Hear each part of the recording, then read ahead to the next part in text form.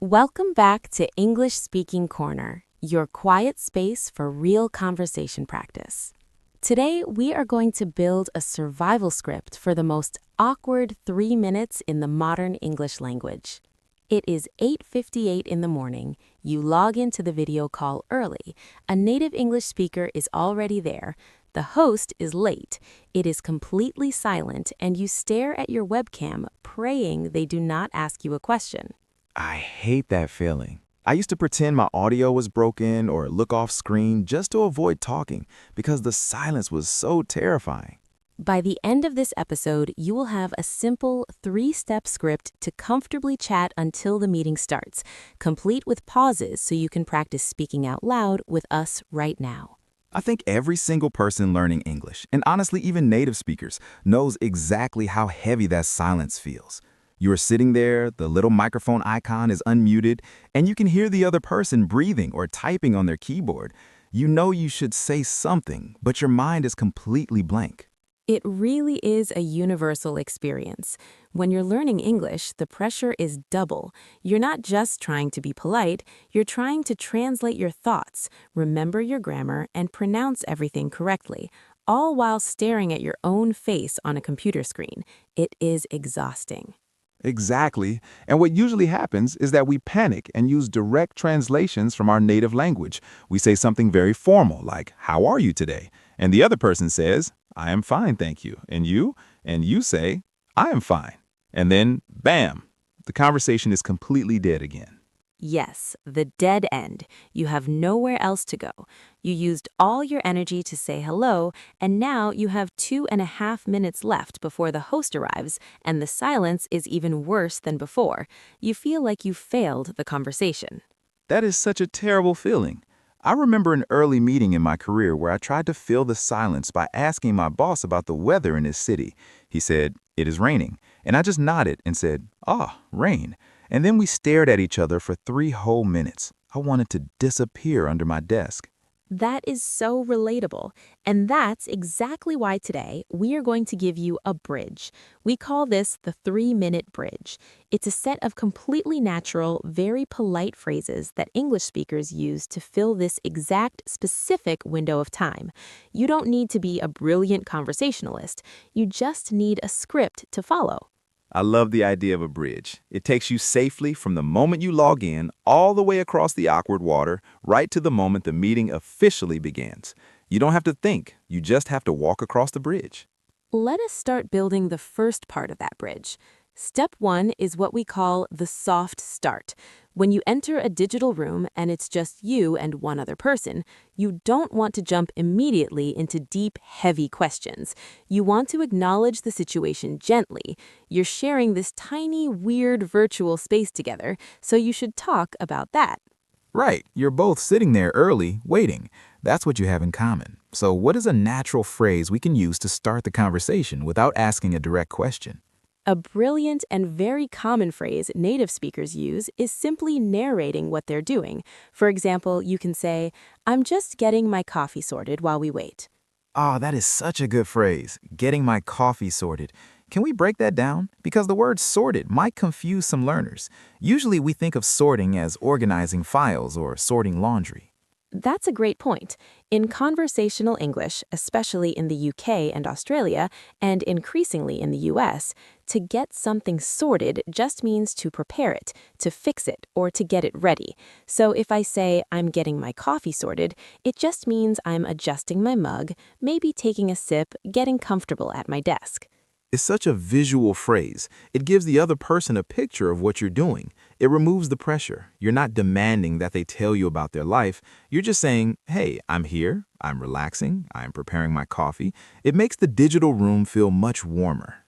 Exactly, and it gives them an easy way to reply. They might say, "Oh, I need a coffee too," or "I already had 3 cups this morning." Suddenly, you're having a real conversation. So I want our listeners to practice this right now. You're going to use your own voice. I'll say the phrase slowly, and then I'll pause for a few seconds. In that silence, I want you to speak the words out loud wherever you are. Ready?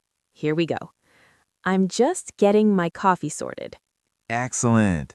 Did you feel how casual that is? Let's do it one more time. Imagine you're looking at your webcam, you smile gently, and you say it. Let's try again. I'm just getting my coffee sorted. Beautiful. Now, what if you do not drink coffee? Maybe you are adjusting your screen or opening a document. You can use another great soft start. You can focus on the fact that you are both early. You can say, looks like we're the first ones here. That is a classic. Looks like we're the first ones here.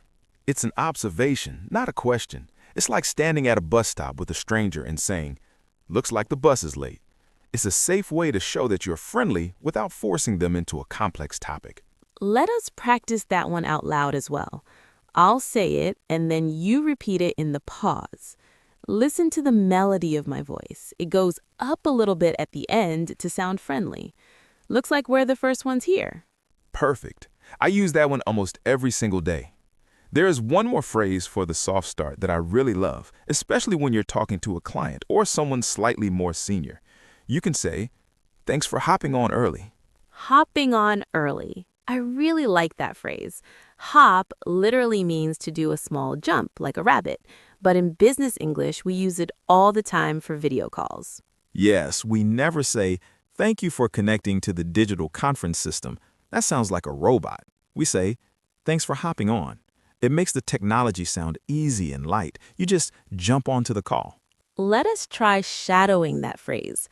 I want you to focus on the smooth connection between the words hopping and on. It flows together like hopping on. I'll pause now so you can say it out loud. Thanks for hopping on early.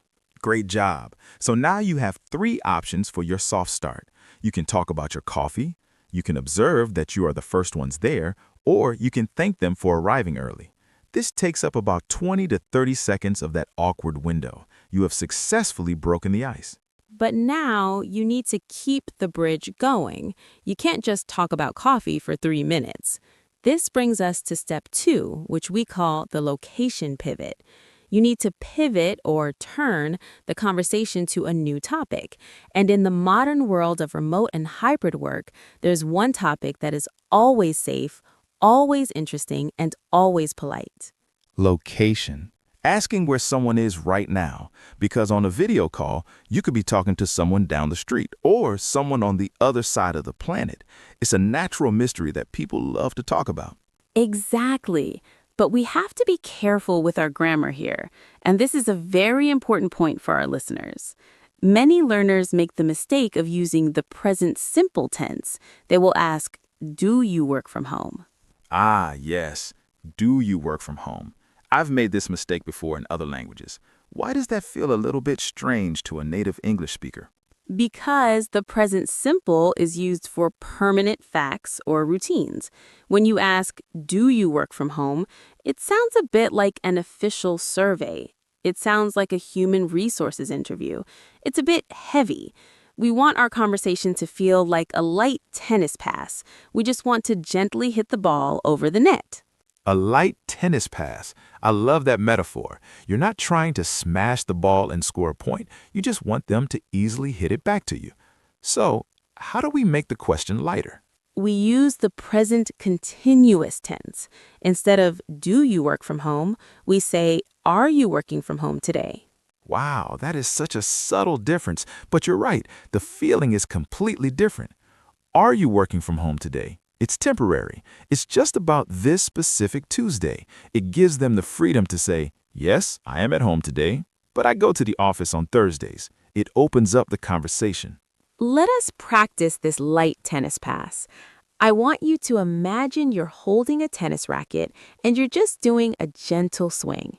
Speak the sentence out loud in the pause and make your voice sound curious and relaxed. Are you working from home today? Very nice. Now, what if you know they always work from home, but you don't know which city they're in? You don't want to say, where do you live? That can feel a little too personal for a new coworker. Right. Where do you live feels like you're asking for their exact address. Instead, we use a wonderful phrase, are you based in London right now? Or whichever city you think they might be in. Based in. That's a golden phrase for business English. What does it mean to be based somewhere? If you are based in a city, it means that's your professional home right now or your current headquarters. It's much more professional than asking where someone lives. People travel, people work from coffee shops in different countries. Asking where are you based right now is the ultimate modern small talk question. It really is. It gives them so much to talk about. They might say, well, my company is based in New York, but I am actually working from a cabin in the mountains this week. And suddenly, you have a fantastic conversation. You were talking about mountains instead of staring at a silent screen. Let us shadow this question. Let us use London as our example city, but when you use this in real life, you can insert any city. Listen and repeat out loud. Are you based in London right now? Great. Let us try one more variation, just asking generally without naming a city. Repeat after Anna. Where are you based these days? Excellent. You are building real conversational muscle memory by speaking out loud with us. Before we move on to step 3 and talk about the fascinating cultural differences between American and British small talk, I want to say something quickly. If you are enjoying this calm, step-by-step way of learning, make sure you subscribe to the channel. It really helps us continue creating these quiet study spaces for you every single week. Thank you for doing that. Now, Mark, you brought up a really interesting point earlier when we were preparing for this episode. You mentioned that depending on who you were talking to, British people and American people tend to handle this waiting period very differently. Oh, absolutely. If you are on a call with an international team, it is incredibly helpful to know the cultural rhythm of small talk. Let us start with American business culture.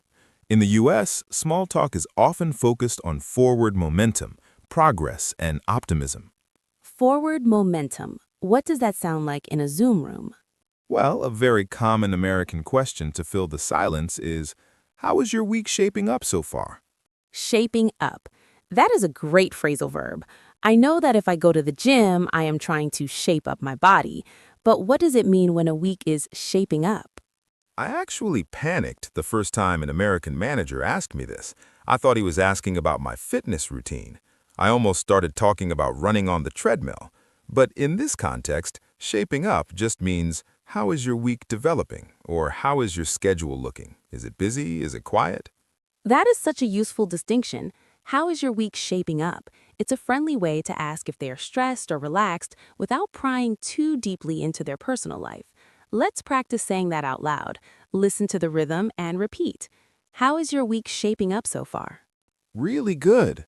Another very American small talk strategy is talking about the weekend.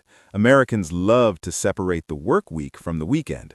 So if it's a Monday or a Tuesday, they'll ask, did you get up to anything fun this weekend? And if it's a Thursday or Friday, they'll ask, any fun plans for the weekend? Notice the word fun in both of those questions. It's very positive, very optimistic. They want to hear about a nice dinner, a hike, or a movie. Exactly. Now let's cross the ocean to the UK. British small talk in these 3 minutes is a little different. It's less about optimism and more about shared suffering. Shared suffering. That sounds so dramatic. What do you mean by that? Well, in the UK, complaining mildly about a shared inconvenience is a form of bonding. It shows that you are humble and relatable. So a British colleague is much more likely to fill the silence by talking about the weather, especially if it's bad, or the commute to work. Even if they're working from home? Especially if they're working from home. They might say, I'm so glad I'm not commuting in this rain today. Or they might look out their window on the webcam and say, looks like it's pouring down out there again. That is so true. Complaining about the rain is the ultimate British icebreaker. It's safe, everyone agrees with it, and it fills the time perfectly. Another British classic is talking about the technology itself. If there's a silence, someone might adjust their headset and say, I hope my internet holds up today. It's been a bit patchy. Yes, exactly. Patchy meaning inconsistent or unreliable. By admitting a small technological weakness, they're being modest and inviting you to agree. You can just say, oh, mine too. The connection has been terrible all week. And boom, you're bonding. Let us practice that British style of small talk. We'll use the phrase about the rain, speak it out loud in the pause, and try to sound a little bit tired but friendly, like you're sharing a secret. Looks like it's pouring down out there again. Brilliant. So, whether you use the American forward-looking style or the British bonding over inconvenience style, you are now successfully filling the time. You've done the soft start, you've pivoted to location or the week, and you're having a pleasant chat. But then the moment of truth arrives. The host of the meeting, your boss or the client, finally logs into the room. This is where people freeze again. This is step 3, the wrap-up. I used to be so bad at this. I would be right in the middle of a sentence about my weekend, the boss would appear on the screen, and I would just instantly stop talking. Just a hard stop, cut to silence. It felt so rude to the person I was chatting with, but I didn't want to interrupt the boss. I know exactly what you mean. It is like driving a car and suddenly slamming on the brakes. Everyone jerks forward. It is uncomfortable. What we need here is a verbal brake pedal. We need a way to smoothly slow down the conversation and hand the power over to the host. A verbal brake pedal. I like that. How do we do it smoothly? As soon as you see the host's name pop up on the screen, you smile, finish your half of the sentence quickly, and announce their arrival. You say, looks like Sarah is joining us, or, there's John now. That is so simple but so effective. By naming the person who just arrived, you're doing 2 things. You're politely telling your conversation partner that the small talk is over, and you're warmly welcoming the host. Exactly. And the tone of your voice is really important here. When we do small talk, our voices are usually a bit lower, a bit relaxed. When the host arrives, you want to brighten your voice. You sit up a little straighter, you bring the energy up. Looks like Sarah is here. It signals that playtime is over and business is starting. After you announce them, you need a phrase to completely close the bridge. You've walked across the bridge, now you step off it into the meeting. A perfect phrase for this is, let's get started. Or if you want to be very polite and hand the control directly to the host, you can say, I'll let you take over, Sarah. I'll let you take over. That is a brilliant piece of business English. Take over means to take control or take responsibility. You're officially giving them the steering wheel for the meeting. Let us practice this verbal brake pedal. I want you to imagine you're relaxing back in your chair, chatting. Suddenly, you see the boss, John, enter the room. I want you to sit up straight, smile, and say the phrase out loud in the pause. Listen to my energy shift. There's John now. I'll let you take over, John. That was a great energy shift. Let's do it one more time because that transition is the key to sounding truly confident. Ready? There's John now. I'll let you take over, John. Beautifully done. You now have the complete 3-minute bridge. Step 1, the soft start, acknowledging the room. Step 2, the location pivot, asking light, temporary questions. Step 3, the wrap-up, shifting the energy and handing over control. Knowing these steps in theory is great, but to really build confidence, we need to put you in the simulator. We need to practice the entire sequence together. Let us do a full role play right now. I'm going to set the scene. You're sitting at your desk, you click the Zoom link, the camera turns on, you see Mark on the screen. He's a colleague from another country. The host is not here yet. I'm going to say hello to you, and then I'm going to stay completely quiet. I'm going to give you a long pause. In that silence, I want you to use your step 1 soft start. I want you to say out loud, "Hi, Mark. I'm just getting my coffee sorted. Are you working from home today?" Take a deep breath. Don't worry about being perfect. Just speak out loud into the room. Here we go. Hey there. Good morning. That simulator practice is so powerful. If you felt a little nervous doing that, that is completely normal. The more you do it, the more these phrases will just automatically roll off your tongue when the real situation happens. Our question for you today is this. Imagine we are waiting on a video call together right now. Write one sentence in the comments to ask me about my day, using the present continuous grammar we practiced today. For example, are you drinking coffee today? Or are you working on a new project this week? If this episode helped you feel a little more prepared for your next virtual meeting, please like the video, subscribe to the channel, and share it with a coworker who also hates that awkward Zoom silence. Your next step today is to write your favorite phrase from this episode on a sticky note and put it right next to your webcam. The next time you log in early, read it out loud. Thank you for spending this time with us. You are doing a wonderful job, and your speaking confidence is growing every single day. Keep practicing, protect your peace, and we will talk to you next time.